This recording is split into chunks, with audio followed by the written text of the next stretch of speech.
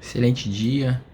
Fiquei até emocionado com a final da leitura desse texto aqui, pelas reflexões que ele me induziu.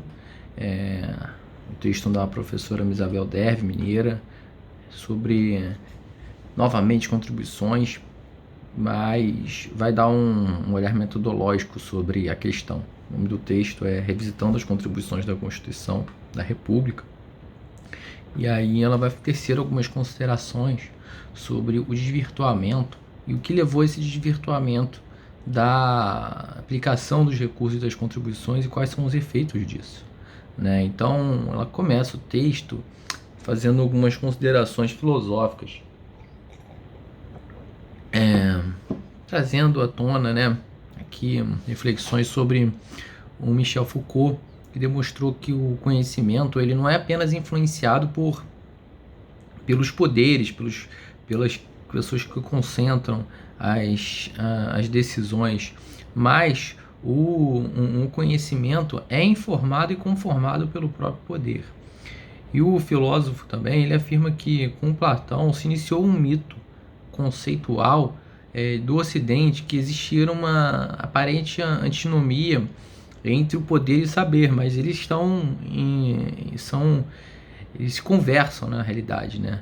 E o Nietzsche começou a demolir esse mito ao mostrar que por detrás de todo conhecimento, de todo saber, o que está em jogo é uma luta de poder, House of Cards, né? Então é uma desconstrução que ela tece primeiramente para falar sobre a evolução aqui das limitações ao poder de tributar, enfim, e vamos fazer um histórico, né, das contribuições, e aí vai dar melhor para perceber esse tipo de reflexão inicial. E ela fala para que para estudar as contribuições, ela pode seguir dois recortes praticamente. O primeiro é o recorte histórico, né, que vai ver as contribuições no tempo, no espaço, nas constituições, qual era o tratamento dado, e uma abordagem que acompanha os conceitos jurídicos e a evolução da dogmática do próprio direito. Então, nesse cenário, a professora Isabel ela vai constatar uma constante tensão entre o poder e a liberdade. De um lado, os fiscos eles vão sempre procurar reduzir os direitos e as garantias dos contribuintes de uma forma arbitrária, né? Sempre naquela ânsia, naquele tesão arrecadatório, né, que os fiscos têm para financiar, né, os desvios de recursos, né? Infelizmente, os legisladores não pensam em otimizar a justiça e a eficiência, mas muitas das vezes somos vítimas do próprio Estado de Direito, né? Então, falando um pouco sobre as taxas, né, que vai dar uma reflexão também boa, que no começo do século XX ela identifica que o poder discricionário era máximo das taxas. Porque o que acontecia? Não era reconhecido o caráter tributário das taxas, e isso, né, como ela é tratada como um preço, que acontecia que fugia ao controle do parlamento, né? Idem, as contribuições de melhoria também só foram reconhecidas depois como ter a natureza tributária. E aí a importância da Constituição, só a partir dela que foi pacificada a ideia que as próprias contribuições especiais, empréstimos compulsórios, ostentavam um caráter tributário. E a grande decorrência disso é que, em sendo espécies tributárias, elas vão ter que estar abrigadas aí sob o manto, né, protegidas pelas limitações do poder tributar e submetendo aos princípios da anterioridade, da retroatividade, né? Vai ter que respeitar os direitos e as garantias do contribuinte. Enfim, vai ter toda aquela submissão, aquele tratamento inerente aos tributos que eram as impostos, taxas e contribuições de melhoria, os quais fugiam, né? Enfim, e aí a importância desse tratamento. A ciência do direito positivo, e agora voltando para os ensinamentos do Foucault, que diz que de trás de todo o saber sempre tem um conflito de poder, né? Ele não estava se referindo às ciências do espírito ou às ciências jurídicas, segundo a professora, mas também ela conseguia, esse conceito abarcava também as ciências da natureza, né? E uma importante distinção aqui, que diferencia o direito, as ciências jurídicas das ciências da natureza, enquanto as teorias físicas sobre o movimento elas se superam, né, à medida que esse fenômeno vai conhecendo novas explicações para o mesmo fenômeno, né, e aí vai haver inúmeras explicações para o mesmo fenômeno, e aí o fenômeno vai continuar o mesmo, né, mas as explicações que vão mudar. Né, e aí o físico ele vai trazer um discurso, por exemplo, o físico vai trazer um discurso informativo. Por que o atrito inercial ele é mais forte do que o atrito cinético? Enfim, ele vai tentar informar, através dos seus cálculos, das suas técnicas lá, por que um é maior que o outro. E é meramente informativo. Daqui a pouco outro físico chega e fala que não é isso, mas o fenômeno continua ali o mesmo. Mas em ciência do direito, que a professora utiliza a posse como um exemplo, corresponde, a história da posse corresponde à história da evolução do próprio direito sobre a posse. Né? Porque a ciência do direito positivo, ao mesmo tempo que sofre influência do direito positivo, que é parte como um dogma, né? Ela também conforma e reforma o seu próprio objeto. Então o fenômeno da posse e a sua compreensão, ele muda. Então não existe aquele fenômeno que fica ali para um mero observador. Né? Existe essa interação entre o direito e o próprio fenômeno, em qual o jurista ele vai ter um discurso informativo, né, porque ele vai identificar aquele fenômeno, mas também vai ter um discurso diretivo. Ele mesmo vai poder mudar o próprio fenômeno, diferentemente das ciências de natureza. As ciências de natureza elas são imutáveis por uma mera compreensão de um observador. Diferentemente disso, o direito tem essa característica diretiva. Então, portanto, ele não vai dizer o que é a posse, mas ele vai dizer ao mesmo tempo, à luz do ordenamento jurídico, como ela deve ser entendida em determinado espaço de tempo. Porque a interpretação que faz dela o cientista do direito positivo é uma interpretação direcionada à decisão, direcionada à ação. Então, ela vai trazer os ensinamentos de Terce Sampaio, que a gente deve conhecer o direito e tudo que existe do ponto de vista zetético. O que significa a zetética jurídica? É o ato de se perguntar e tentar conhecer a ciência da natureza ou a razão das coisas. E aí ela parte de evidências, de constatações que podem vir a ser modificadas e questionadas. Então veja essa fluidez da zetética, mas ela é baseada em evidências. Mas, em outras palavras, a gente pode conhecer o direito indagando e perquirindo uma cadeia sem limite. E aí essa cadeia ela vai ser cortada por premissas, como a gente viu lá em Kelsen, ele estabeleceu a premissa lá da norma hipotética fundamental, porque senão a gente ficaria numa teoria da causalidade infinita. Então ele foi necessário ele dar um basta, né, naquela questão de autorização do direito, para construir uma ciência. Então aquilo ali foi uma premissa que ele chamou de evidência, que os cientistas chamam de evidência, para que permita que o direito possa ser investigado de alguma forma, e aí pode ser tratado, no caso do Kelsen, tratado do ponto de vista exclusivamente jurídico, mas quando a gente estabelece premissas do direito, a gente pode tratar ele de alguns pontos de vista, político, sociológico, econômico, filosófico. Né? E por que a dogmática está tão presente no direito positivo? Qual é o diferencial dela? Porque a dogmática ela não vai partir de evidências. E aí você pode falar, está falando uma contradição? Não estou falando uma contradição. Porque ela vai partir de evidências que não são verificáveis ou comprováveis. Então são dois tipos de evidência. A gente pode ter uma que são as comprováveis, as verificáveis, que é inerente à ciência da natureza.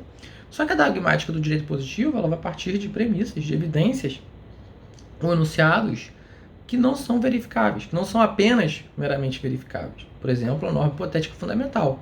Não consigo verificar isso. Mas isso é uma decisão, né? Por isso o caráter diretivo. A ciência do direito positivo ela vai partir de dogmas, então, que são decisões do legislador. E essa dogmática ela tem que estar preparada para a tomada de decisões, para a direção de ações. Então, perceba que muitas das vezes, ou todas, se não todas, os dogmas, eles vão estar relacionados a alguma dúvida, né? mas são dúvidas que não vão poder ser substituídas por uma evidência empírica verificável e exigem, assim, a própria decisão. E esse problema vai nortear a toda a ciência do direito. Essa questão de viver em dúvidas, mas que temos que estabelecer determinadas premissas para construir alguma ciência. Mas não tem como fugir dessas dúvidas, porque não são evidências meramente verificáveis, né? São evidências construídas por decisões. E a dogmática aí? Que eu falei de contribuições, e aí as pessoas podem pensar que eu estou maluco, as pessoas que chegaram até o 10º minuto desse vídeo. Mas ela se relaciona com as contribuições porque seria, né, se a doutrina não permanecesse omissa, como ela colocou, a dogmática teria um objetivo de estabelecer um método para qual as contribuições pudessem ser estudadas e que não pudessem ser cometidos tantos abusos, né? Pudessem ter sido exigidos os direitos e as garantias dos contribuintes, né?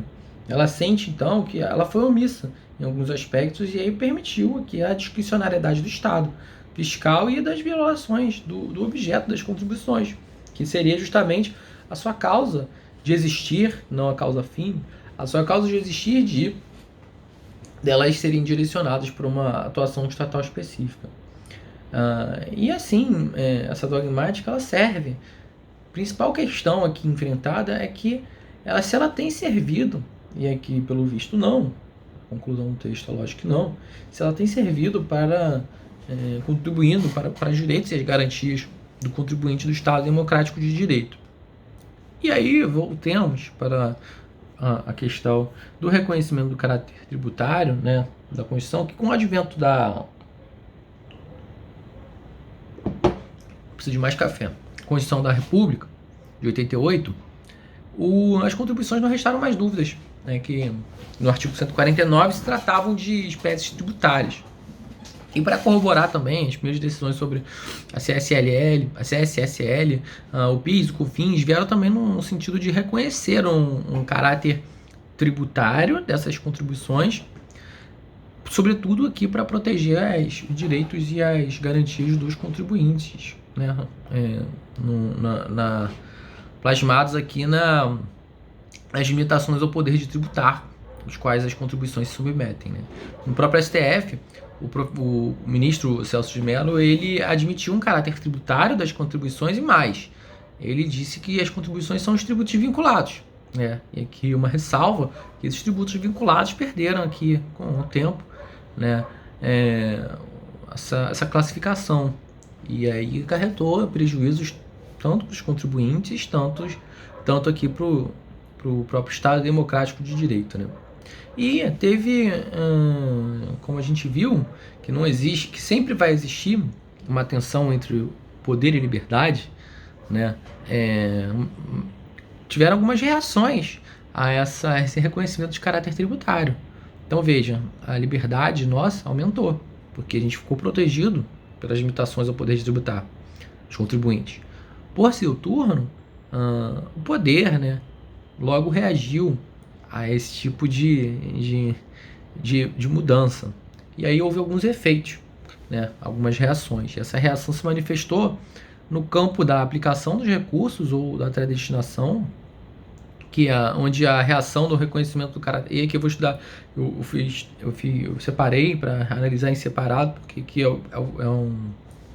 não acredito que seja o filé do texto, mas o filé do texto para mim foi a própria conclusão em si, sobre o direito positivo ou sobre a metodologia, mas aqui está o objeto do texto, né? Eu posso melhor dizer. Mas, voltando aqui para as reações, esse reconhecimento do caráter tributário, a primeira reação foi no campo da predestinação, da aplicação dos recursos, né? E essa reação no reconhecimento do caráter tributário, primeiramente se deu na eliminação da parafiscalidade clássica das contribuições de custeio de seguridade social. E aí vou ver com calma daqui a pouco, antes. Estou contextualizando quais foram as reações. Porque essa eliminação desembocará aqui na teoria do caixa único, né? O princípio da unidade de caixa. Desse modo, o patrimônio da Seguridade Social e até mesmo as contribuições de custeio da Seguridade Social sobre incidentes de folha de pagamento, elas são apropriadas pelo Tesouro Nacional. E aí tem problema, né? Que vai tudo para o mesmo bolo. Ainda que seja tratado de forma separada, está tudo no mesmo bolo, né? Tá tudo no mesmo cofre. E aí, meu amigo, a bagunça é ilimitada. E uma outra reação a esse reconhecimento, na realidade não foi bem uma reação, né? Foi uma inércia. Mas é esse ponto que reside a frustração da professora, né? Que uma vez que a dogmática, a doutrina se manteve inerte a tal fato. E ela lamenta que os juristas não foram capazes de desenvolver uma dogmática, um método, a fim de coibir esses abusos, essa discricionariedade no campo das contribuições, da predestinação, né? E aí, vamos ver aqui a questão da reação no campo da aplicação dos recursos ou da predestinação. Reação essa atribuível ao poder público, né? O que ele fez quando foi reconhecido o caráter tributário? Porque a partir disso, uma vez que a liberdade do contribuinte aumentou, a liberdade do fisco diminuiu, a liberdade da fazenda diminuiu. Então vamos ver quais foram a reação, né, do poder, né, e não da liberdade. A reação do poder aqui, e aí voltando ao aspecto da eliminação daquela parafiscalidade nas contribuições do custeio da Seguridade Social, temos que relembrar basicamente dois aspectos, um no 149 e outro no 149 e outro no 167. Falei 195 porque as contribuições sociais estão lá, mas no 67. No 67, se não me engano, no inciso 4, já cansei de ver ele para provas, fala que é vedado a vinculação de impostos a fundo, despesas ou órgão, salvo aquelas 398 exceções, né? Administração tributária, educação, ensino, saúde, garantia, contra-garantia, enfim, uma porção lá. Então, esse dispositivo basicamente vai proibir que os impostos sejam destinados a algum fundo, despesa, órgãos ou despesas. Basicamente, isso é a regra geral, né? Salvo aquelas, de novo, afirmo, aquelas milhões de exceções. O outro artigo, 149, que trata das contribuições, ele pressupõe que as contribuições só podem nascer para custear as ações ou as atuações do Estado, a que foi informada ali para cada contribuição. Então, era normal que a parafiscalidade acontecesse nessa área das contribuições, né? Porque cada finalidade que administra o tributo, né? Criado pela União, no caso. Mas, por exemplo, no campo social, na intervenção no domínio econômico, na fiscalização das corporações, o Senai que administre, né? Ela que lute, né? Estou criando aqui, já estou dando de mão lavada aqui o tributo para ela, então ela que lute, administre e utilize ele como recurso próprio. Afinal, é para custear determinado serviço, né? Mas essa parafiscalidade, em termos gerais aqui tratando, em relação às contribuições, porque a gente vai ver que a doutrina entendia diferente, essa parafiscalidade ela foi entendida como uma faculdade otorgada à pessoa competente, ou seja, ela tem, a pessoa que é competente para instituir tributos, a União, ela tem a faculdade para delegar sua capacidade tributária ativa, que leia-se, capacidade tributária ativa, capacidade de arrecadar, cobrar, administrar, fiscalizar o tributo. Não falei legislar, não falei instituir. É apenas essa capacidade para arrecadar, cobrar, fiscalizar, coisas instrumentais, né? Não é competência que é delegado, competência é indelegável. E é indelegável porque foi a Constituição que estabeleceu. Só que em relação às contribuições sociais, né, eu falei essa delegação, essa faculdade da delegação da capacidade tributária ativa em relação aos tributos em geral. Só que em relação às contribuições sociais, a banda toca diferente. Não existe, segundo parte da doutrina, lógico, e aqui ela cita Miguel Reale, Ulloa Canto, que não existia essa faculdade, ou seja, o poder discricionário de atribuir a arrecadação, a capacidade tributária ativa ao órgão beneficiário. Significa que não poderia atribuir? Não, pelo contrário. Significa que não existia faculdade, mas era uma parafiscalidade necessária.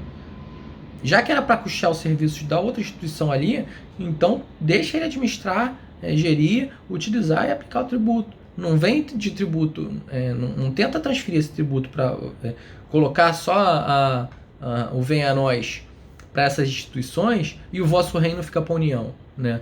Na hora de arrecadar, de aplicar, deixa com as instituições. Não vai para o bolo da União porque sabe a merda que dá. E aí, a própria professora concorda com essa tese, o STF rejeita. Né? Mas por que sustentar essa tese? Porque dois motivos. Né?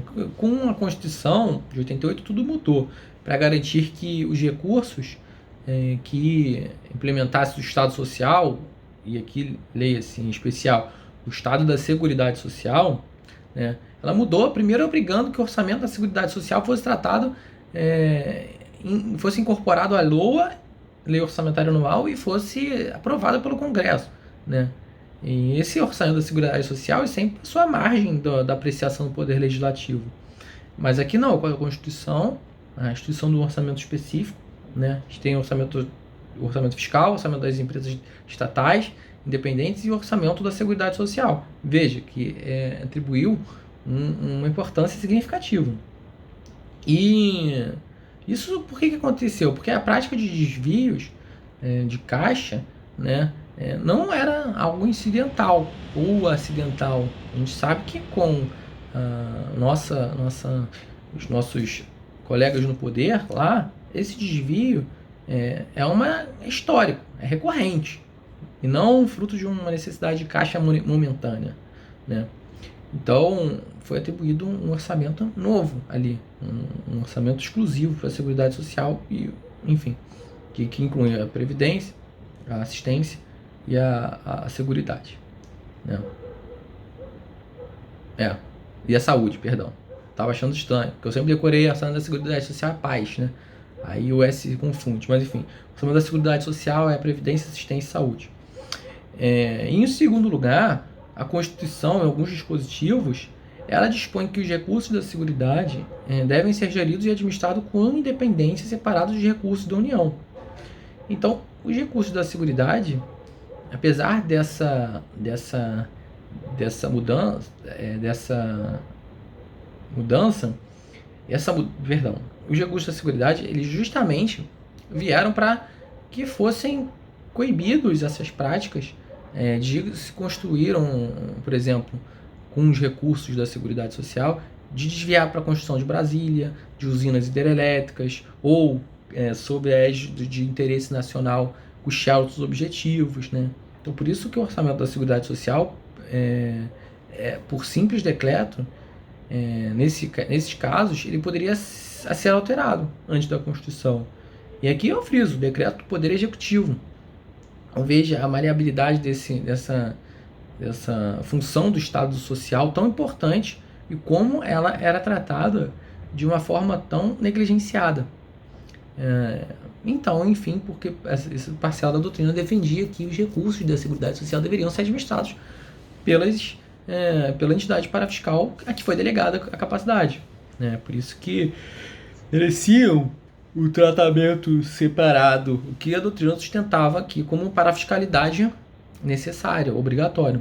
Aí o STF repetiu sempre a relevância do fato da receita arrecadada integrar o orçamento da União. Para ele, o que realmente importava é que ela se destine ao financiamento da Seguridade Social, como a União pegava esses recursos e depois reaplicava. Então, basicamente, delega a capacidade tributária ativa para alguém, essa pessoa fiscaliza, arrecada, gera tributo, repassa o recurso para a União, aí depois ela pega e repassa de novo para essa instituição, para os fins para que devem ser atendidos. E aí a merda acontece, né? Porque você arrecada 100, repassa 100 para a União e a União vai te repassar 20, né? E sabe-se lá para onde vão os 80. Enfim, as consequências disso, que tudo desse reconhecimento dessa parafiscalidade facultativa, né, é que voltou a ser a prática nacional da não aplicação dos recursos nas suas finalidades. Voltaram a acontecer os desvios e as destinações. Porque o poder político, né, em tensão com a liberdade novamente, criou mudanças na Constituição. Por exemplo, Fundo Social de Emergência, Fundo Fiscal de Emergência, as DRU. Né? Então, o que era uma medida temporária aqui no caso da DRU, da desvinculação da Receita da União? Até 2003, ela já foi prorrogada 4 vezes. Foi prorrogada para 2007, 2011, 2015 e 2023, via emenda. Atualmente, no artigo 76 da DCT, né, escondido, podem ser desvinculadas até 31 de dezembro de 2023, 30% da arrecadação da União relacionada às contribuições sociais. Então veja, vai postergar de novo, e vai ser assim, enquanto a doutrina não estabelecer um método para que desjustifique, para que rechace a maneira como as contribuições vêm sendo cobradas, vai acontecer essas prorrogações. Então, essas emendas justificaram a tridestinação, ou aqui no caso a aplicação parcial de 70% dos recursos públicos às atividades fins que eles foram instituídos. Mas isso ainda não foi suficiente. Calma que vem duas porradas, né? Uma vez que determinadas contribuições elas não passavam pelos caixas do Tesouro, e que lê-se INSS e contribuições incidentes sobre as folhas de pagamento. Não sei, talvez FGTS, patronal, enfim, não sei. A pergunta maquiavélica que se faz é: como predestinar essas receitas que não passam pelo caixa do Tesouro? É simples, caneta e faz com que ela passe para o Tesouro. E como é que foi isso? Como é que isso aconteceu? O patrimônio do INSS foi incorporado ao patrimônio do Ministério da Previdência e, posteriormente, a própria Receita Federal criou-se a super receita, que tudo arrecada com os recursos entrando para o Caixa Único. E assim pode-se desvincular, né, para determinados fins. Uma outra questão foi a reação dogmática, não foi bem uma reação, né, mas antecipando aqui as conclusões de Derzi, ela deixa claro que não tem preconceito nenhum em investigação das causas e a teoria das motivações, das justificações, das causações, e aí ela vai fazer uma remissão para o direito penal, né, para explicar melhor isso. E vai destacar o que não pode acontecer é pegar essa teoria da causa e extrapolar para a ciência objeto de aplicação. Por exemplo, o direito penal pegou a teoria da causa e aplicou exclusivamente para o direito penal, na hora de estudar a teoria da pena, lá, enfim. O direito tributário, o direito civil, idem. O que não pode acontecer, que não aconteceu nessas duas ciências, é o que aconteceu no direito tributário, porque a teoria da causa ela extrapolou o campo do direito tributário para outra ciência, no caso do direito financeiro, né? E colocou para fora, expurgou do direito tributário justamente algo que considera de alta relevância dentro da espécie tributária, que era a contribuição. Então a Derzi concluiu que a questão da teoria da causa deveria ser resolvida dentro do direito tributário e não deveria ser extrapolada, né, na questão da despesa pública, né, na questão do orçamento, do direito financeiro, da desvinculação, desse tratamento, né, posterior à norma tributária. Em que ela faz uma breve explicação sobre a teoria da causa no direito tributário, que houve uma época que todos os tributos eram concebidos segundo essa causa final. Por exemplo, os impostos se diferenciavam das demais espécies porque eles eram aplicados às despesas gerais, as taxas eram aplicadas serviam para financiar algum serviço, as contribuições de melhoria para custear as obras públicas. Então, nessa breve síntese, a gente vê que a causa final ela passou, em determinado tempo, a dirigir os conceitos nucleares, né, do direito tributário. E aí, chega uma hora que a Derzi questiona qual que é o melhor caminho, qual seria o melhor caminho a ser trilhado para resguardar os direitos do contribuinte e do Estado democrático de direito. E ela vai responder esse questionamento argumentando que o modelo casal, ela já disse que não tem preconceito, né, com isso, mas ele deve ser rejeitado se ele reduzir ou mitigar ou deixar sem controle, como é o caso das contribuições, a observância dos direitos e garantias dos contribuintes de um modo geral, né? E aí, partindo para saber como a teoria da causa extrapolou a seara tributária, né? A teoria da causa, da motivação, da justificação, o finalismo, elas colocaram as questões de mais alta relevância em campo estranho ao tributário. Então, nas contribuições, as ações do Estado por elas custeadas, elas ou são identificadas a motivações prévia fundamentação política que levou o legislador às decisões contidas na norma tributária, mais estranhas à sua atuação, ou a teoria, as ações dos Estados, uma da justificação é que elas são identificadas a destinação do produto arrecadado a posteriori, um posteriori financeiro, superveniente à aplicação da norma tributária.